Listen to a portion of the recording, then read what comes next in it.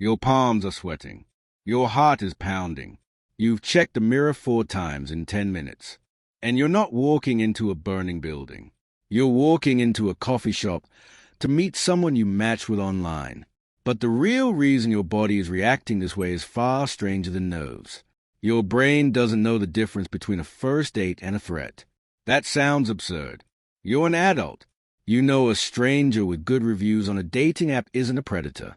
But the part of your brain in charge right now isn't the rational part. It's older than language, older than dating apps, older than the idea of romance itself. And it's running the same program it ran 100,000 years ago when your ancestors approached an unfamiliar member of another group. For most of human history, meeting a stranger was a calculated risk. Every unfamiliar face carried 2 possibilities, alliance or danger. Could this person feed you, protect you, strengthen your group, or could they exploit you? Ancestors who felt a jolt of alertness before approaching strangers survived more often than the ones who walked in relaxed. That caution didn't disappear. It got inherited. Your amygdala, the almond-shaped threat detector deep in your brain, doesn't read calendars. It doesn't know that swiping right means low risk. All it registers is unfamiliar person, high stakes, uncertain outcome. So it fires the same alarm it would fire for a stranger in a dark alley. Adrenaline floods your bloodstream. Your heart rate climbs. Your muscles tense, ready to run or fight, even though neither is useful here. This is why you feel shaky before a date even when you're genuinely excited. Excitement and fear are, biologically, almost identical.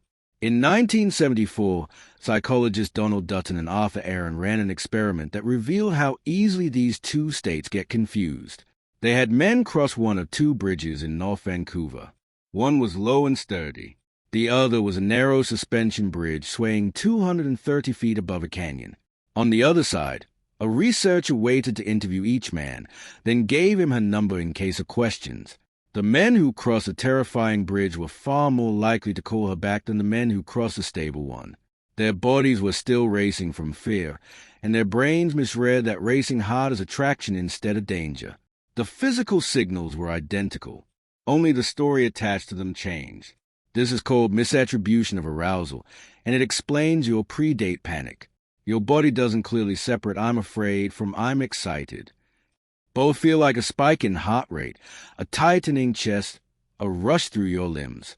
What you call that feeling depends entirely on the story your mind assigns it. So the jittery, nauseated feeling before a date might not be dread at all.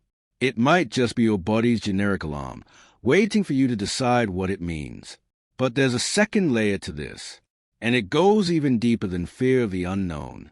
You're not just afraid of a stranger. You're afraid of being judged by one. Humans evolved a survival strategy built almost entirely on group belonging. You didn't outrun predators with speed or overpower them with strength. You survived because you belonged to a group that shared food and protection. Being cast out of that group in prehistoric life wasn't just lonely. It was often a death sentence. That's why social rejection doesn't just feel unpleasant. It registers in your brain almost like physical pain. Neuroscientist Naomi Eisenberger ran a study using a virtual ball-tossing game called Cyberball. Participants believed they were playing catch online with 2 other people, but those players were programmed to gradually stop passing the ball, excluding the participant. While this happened, Eisenberger scanned their brains.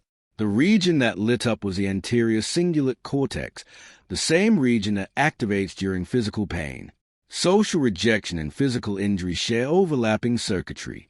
Being left out doesn't just hurt figuratively. Neurologically, it hurts. Now picture what a first date actually is from your nervous system's perspective. It's not just meeting someone new. It's a live evaluation.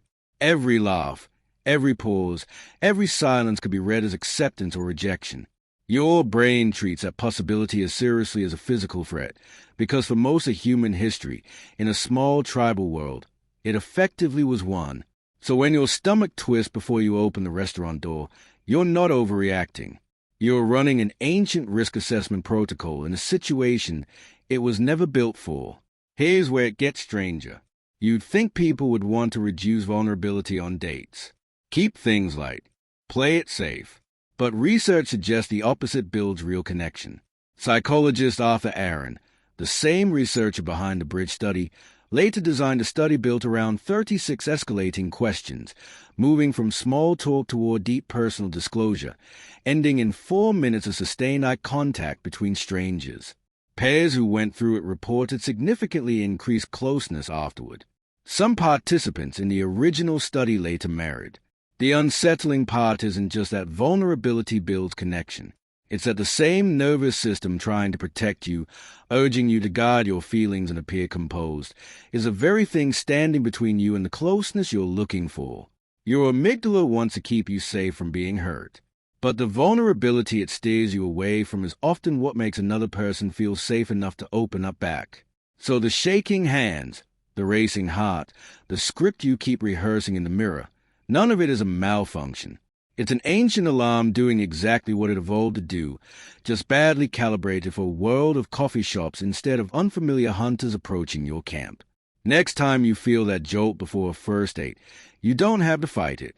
You can simply notice it for what it is, a 200,000-year-old survival response, misfiring in a modern moment, mistaking a stranger with good conversation for a stranger who might be dangerous. Your palms are sweating. Your heart is pounding. And somewhere underneath all of it, a very old part of your brain is just trying, clumsily, to keep you safe.